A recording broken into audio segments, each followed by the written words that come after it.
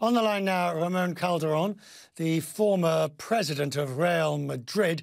Sir, you'll have heard tonight Manchester City and Chelsea. Chelsea certainly, Manchester City likely are going to withdraw.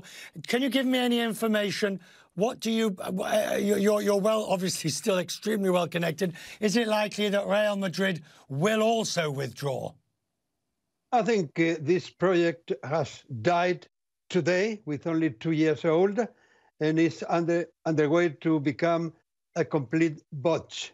And I think it deserves it because it was a project destined to kill football. I think mainly at this time of we are living, where many clubs are struggling to survive due to the economic problems for the pandemic.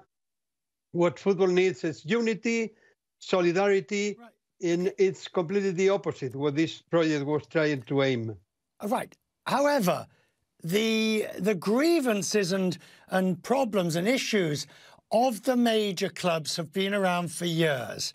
And if this collapses, if the Super League collapses, it doesn't address the issues that they want on the table. So UEFA and FIFA and footballing is going to have to address the concerns of what they see as unfairness of the big clubs, from the big clubs. I think the current competition, the Champions League, is a good format.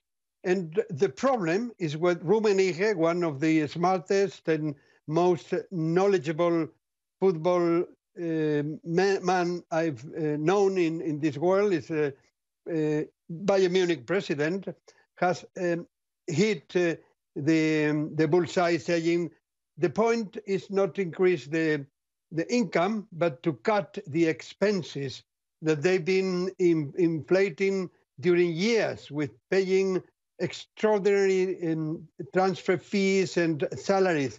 Bear in mind that one club paid a few years ago for a player 220 million euros. So that's not possible.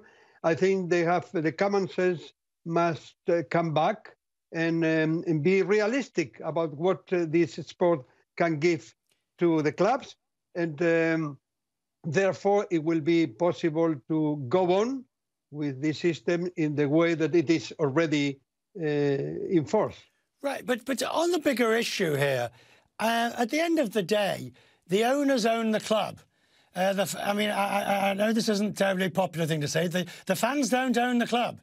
The shareholders own the club, and the management run the club. And if that management felt that this was a way forward for that club in these those investments, then what does it say when you have prime ministers threatening to legislate against it, and you're basically saying to the owners, you can't leave these, you cannot leave these organisations and these competitions?